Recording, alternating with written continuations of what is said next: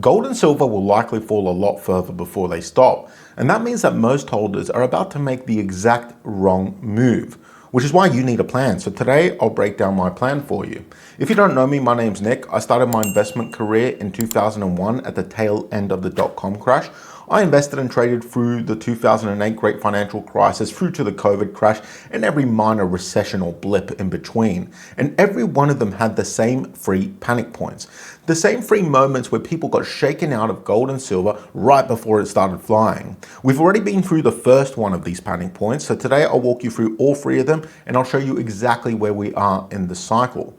So first we need to talk about panic point number one. This happened a few months ago when silver crashed really hard, and gold too. But why did they crash that much? So if you look at an ounce of silver today, it's the exact same ounce as it was in January. It's the same metal. So what crashed was the pile of paper bets on top of silver. Let me explain. So by late January, silver was at $121 an ounce, and it was the most crowded trade on the planet. And worse, it was crowded with borrowed money. So leveraged ETFs, futures, margin accounts, people spending $1 to control $10 worth of silver. Then the exchanges, namely Comex, hiked margins. So what are margins? If you've never traded futures, margin is the deposit that the exchange has you make to control a leveraged position. Want to control $10 worth of silver with $1? No problem. You chuck in $1 as collateral. The trick is that they can raise that deposit amount whenever they like, from $1 to $2 to $3 to $4 to even $5, especially if they are crooks like Comex allegedly. And when it raises the minimum deposit, everyone who can't find the extra cash is forced to sell their position. So if you picture some guy who bought silver at $115 on 10x leverage, the margin requirement goes up from $1 to $2 or $3. His broker calls him and asks, can you put more money down? If he can't pay, the broker sells the entire position. Then that selling knocks price down, which triggers the margin call on the next guy. And his selling triggers the margin call on the next guy after that, all the way down the chain. Now, when you multiply that over a few 100,000 investors and traders, you get a 50% crash in silver. And if this feels familiar, it's because they did the exact same thing in 2011. Back then, silver hit $49 and Comex raised margin 5 times in 9 days. Traders still call that event the Sunday Night Massacre. And silver didn't see $49 again for 14 years. So the silver and gold crashes were part of a massive manipulation campaign from Comex, allegedly. Now, just like the 2011 crash, many believe that we won't see another rally for 14 years on silver and maybe even on gold, but that's fine. People are allowed to be wrong. I mean, yeah, gold fell 26% and silver fell 50%. But did gold all of a sudden stop being money? No, of course not. Did silver all of a sudden lose all of its industrial value? No, of course not. And on silver, by the way, silver is just a smaller market carrying way more leverage. So when the crash comes, it falls twice as hard as gold. Hence the 50% drop versus 26% drop in gold. But the thing is that when the pump comes, silver pumps twice as hard, if not more. The sellers in January weren't people who changed their minds about gold and silver. They were the people who had no choice. And a lot of them were tourists riding the hype anyway. They weren't real gold or silver bugs. So that's who pulled the trigger back then, Comex. But here's the thing about a flush that big. The crooks can only get away with it when the bigger picture provides them a cover story. And that cover came from the Federal Reserve, the Fed. See, if interest rates on the dollar are high, people are more likely to hold the dollar than gold and silver. And the new Fed chairman, Kevin Warsh, has been playing into that more because he's playing the hard money man. No rate cuts, maybe even a hike this year, strong dollar, golden age of America, all that nonsense that they are pushing right now. And high rates plus a strong dollar is a classic recipe for pushing gold down and silver along with it. But really, it's just a bit of an act, because when you read what his own institution, the Fed, actually wrote, the whole act starts falling apart and you can see that they're just playing an act. So the Fed's June meeting minutes are public, and in their own words, the risks to inflation are skewed to the upside. So a few members argued for a rate rise and then they just did nothing. They held at 3.6%. In other words, these guys are all talk. None of them actually want to raise rates, at least not in a meaningful way. We might get a small raise in October, but they can't really raise rates a lot. Why? Because the US owes about $40 trillion in debt and pays roughly $1 trillion per year in interest on that debt. If they raise rates, they would end up paying 2, 3, 4, 5 trillion a year, which bankrupts the Treasury and bankrupts the entire United States, which obviously cannot happen. So Warsh can talk hard all he wants, but he can't back up his words because real inflation is coming and there's nothing that he can do about it. All you have to do is look at Iran. One day the war is over, the next day they're bombing each other again, but the net result is gas prices in America are up about 25% in the last year to $4 a gallon, and diesel is almost $5 a gallon. And that is the full picture of panic point number one. The crooks flushed out the leverage, the Fed gave them cover. It's done, and it mostly took out gamblers and tourists.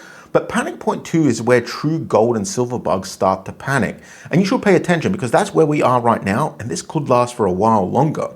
See, the leverage flush doesn't take out real holders. Most of us survive that first crash. What gets the gold and silver bugs is the months that come after that, when price just sits there and does nothing. So there's no headlines, there's no rallies, just a flat chart week after week while your mates' AI stocks are pumping. Although, to be fair, AI stocks aren't pumping. Look at SpaceX in the last few days. It's been brutal. I told you so. So holders get bored and then impatient and then they sell. Tell me if you have or haven't felt that in the last few months. Because the first time I got into silver back in 2013, I was feeling it. But at this point, I'm seasoned. I've been through this all before, so I can handle it. This is the worst type of panic though, because it's slower than a crash, it's insidious, and it shakes out far more real holders. Same thing happened in the 70s, by the way. Gold halved, everyone called it dead, and then it chopped sideways for the best part of a year. The crash scared people, but the sideways grind is what really made a lot of people give up on gold. Then it turned around and did an 8x. That's not financial advice though. I'm not promising you that we'll get an 8x this time. We probably won't, because that would be a crazy price for gold. Now here's why this boring phase probably drags on for a while this time. The people who smashed the price down need it to stay down. Think about what a rising gold price actually is. It's a scoreboard showing how much trust is left in the dollar. So when gold was at 5,600, the world was saying, we don't believe you anymore, right before the midterm election. So Trump needs a strong dollar, calm markets, and a feel-good story about the golden age of America. A gold chart going vertical just ruins that story. So the paper price gets smashed down, the dollar looks strong, and everyone relaxes, at least everyone in the government, not gold and silver investors. And allegedly, this is all a coincidence. Of course it is. And the midterms are in November. They have every reason to keep gold and silver pinned, boring, sideways, flat. And most holders won't survive that. But the point is, if gold and silver continue just sitting there doing nothing, remember not to panic, because this is fairly normal. And by the way, some of you just won't sit there in these boring months. I actually use them to build my positions in gold, silver, and mining stocks. As they start grinding down, I build up positions I DCA in. And if you want to know the best place to buy mining stocks, check out today's sponsor. This is a paid ad, by the way, but I get a lot of sponsor offers and I turn them all down except for this one, because this is a good platform. There's tons of formal disclosures in the description. If you're a fan of reading terms and conditions, go check them out. So the tool is Moomoo. I tried that platform and I absolutely loved it. Let me show you why. So every institution managing over $100 million, like Buffett, the big banks, the hedge funds, they are legally required by the SEC to disclose what they are holding every quarter. This information is public, but almost nobody actually reads it.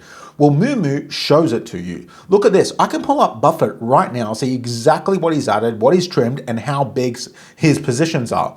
Same data that the SEC has. You just don't have to download it and scan the SEC PDF, and that's really boring to do. You also don't have to pay for Bloomberg Terminal, which is so expensive. So it's super efficient. And let me show you something else while we're at it. This is the other thing that I use all the time on Moomoo. CPI, PCE, non-farm payrolls. You practically have all the information you need to make informed investment decisions in one place. This saves me so much time. Oh, and this part is actually really cool.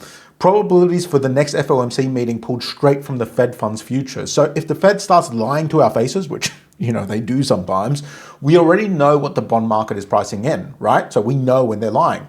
So if you want to give Moomoo a test drive, link is in the description and the pinned comment. They're running a promo right now. US new clients can get up to $1,000 in NVIDIA stock when you fund an account, plus up to 8.1% APY on idle cash through their cash sweep program, which is a lot of APY. Now let's get back into it. Okay, thanks for checking out the sponsor. Back to what I was saying. So while everyone else gets bored as price stays flat, let me show you what's actually happening underneath the flat price. Because that price you're staring at, it's just a paper market. It's the same Comex casino that ran the January crash. And while paper lies, the actual metal can't, because nobody can print metal. And that's the most important point to take home. Nobody can print metal. So let's look at what the metal is actually doing. First, central banks. So the World Gold Council surveys them every single year, and this year 45% said that they plan to add gold in 2026. That's the highest reading in 7 years, by the way. They are on pace for roughly 850 tons of buying this year. So their average from 2010 through to 2021 was 473 tons. So while the media says gold is finished, if the people who literally print the world's currencies, central banks, are buying it at nearly double their normal pace into a crash, why? Why is that happening? And let's talk about the media for a minute, by the way. I want to get a vibe check for who watches these videos. I'm of the opinion that the media is mostly a tool for elites to disseminate lies to the masses. So when they say gold is dead, silver is dead, this is 2014 all over again, and we should just sell, I end up buying more, especially when the central banks worldwide are sucking up gold like it's half price day at the liposuction clinic. But one report we do have is China importing tons of silver in January and February of this year, straight into a crash. Does that make sense? Now let's talk about the Comex vaults, by the way. And this is the craziest part of this whole video. Comex holds about 100 million ounces of silver that's actually available for delivery. The paper claims trading against that metal come to roughly 500 million ounces. That's like an airline selling 500 tickets for a plane with 100 seats. It works as long as nobody shows up for the flight, or, only 100 people. But people are showing up. In March alone, 46 million ounces got physically delivered. That's nearly half of everything in the vault collected in just 1 month. And this is exactly where the lie, where people say it's 2011 and again, silver is going to be dead for 14 years, falls apart. In 2011, the manipulation worked because physical demand died with price.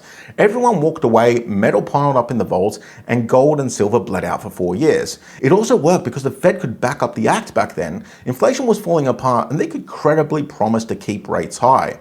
Today, the vault is emptying faster as price falls. Inflation is stuck above target with an oil war pushing it higher. And the supply side, silver is in its 6th straight year of supply deficit, about 67 million ounces short this year alone. Solar panels alone eat up 16% to 20% of annual supply, and that silver never comes back. It's sat inside a panel and on a roof in Arizona or somewhere in China. So every month they hold the price down here, the physical shortage underneath gets worse and worse.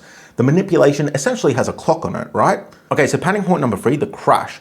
Look at what's holding up the entire market right now. So not the gold and silver market, I mean the stock market, the entire market.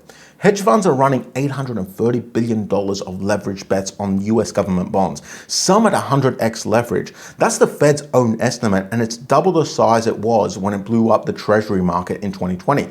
Big tech has already shed $2 trillion in market value since October. SpaceX is down almost 40% from its peak. Actually, I think today it's over 40%. Actually, and something else about SpaceX, even AI debt is cracking. The 30-year SpaceX bond went from 6.7 to 7.3% in the last 2 weeks. I'll explain what that means. So a bond is what a company sells when it wants to borrow money. You lend them money by buying their bonds and they pay you interest, which is technically called yield. SpaceX bonds couldn't find buyers at 6.7% yield, so they had to raise their yields to 7.3% just to attract buyers.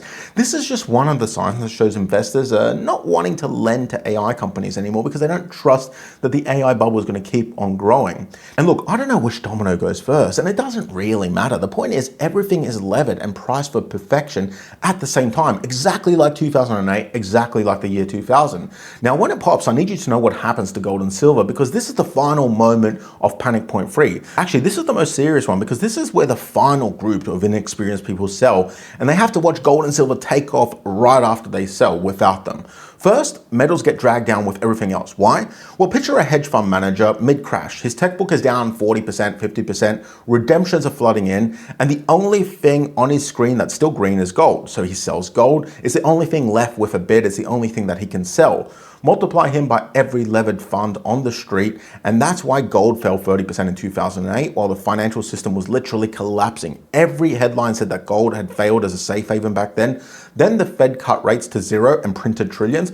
Gold tripled from that low. Silver went from $9 to $49, about a 5x in under 3 years. That's the sequence. The crash smashes metals for a few months, then the printer comes on and metals lead the entire recovery because suddenly everyone can't see what the dollar is actually worth. And honestly, I think this cycle is scarier than 2008 because in 2008, the US only owed about $10 trillion in debt. Today it owes $40 trillion in debt. So whatever rescue comes in now has to be far bigger. They have to print so much more money, and when they print, gold and silver fly up. Now, one more thing on silver specifically, because silver is where things get a bit crazy. Silver comes out of the ground at roughly 8 ounces for every 1 ounce of gold. And right now, the market price is at 69 ounces for 1 ounce of gold. Every big metals run ends with that ratio compressing really, really hard, and silver is the one that just got cut in half. So if gold comes back with a vengeance, silver comes back even angrier. It pumps even harder. That's what usually happens. Now, how am I going to play this? So I mostly have physical gold and silver. I have some mining stocks, and I have some energy stocks. Now, I don't know when this big crash is going to come. Nobody really does. We all know that it's going to come at some point, but we don't know when. If the AI mania keeps running and job numbers stay hot, gold and silver can drift lower or sit dead for another year, maybe two. My base thesis is that it comes before November and gold and silver take off sometime after November, maybe sometime next year, or maybe sometime towards the end of this year, but we have to see. My hope is that we get gold in the mid 3000s and silver as low as $40, maybe even 35, probably not though, but both are possible really. Which would be great because I'm going to start buying up a fair bit of it. I'm already buying a little bit now, but I'm going to buy up a lot more if this happens. So what am I doing with my own money? First, I'm not selling a single ounce of my gold and silver. Most of my gold and silver was bought in the last crash, 2014, 2015.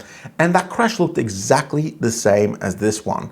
While the headlines were saying the exact same thing too, I'm adding slowly in tranches. Gold at 4,100, I bought a tiny little bit. If it hits 3,800, I'll buy a bit more. 3,400, I'll buy even more, maybe 3,500. Every leg down is a discount in my eyes, and that's why I'm holding a bunch of cash right now so I can buy up more gold, silver, and also some stocks, like mining stocks. But the thing you should take home from this is that they can hold price down for a while longer, maybe even a few years, but they can't print metal, and that's why metal keeps moving up year after year after year, or let's say decade after decade after decade. I'll see you in the next one.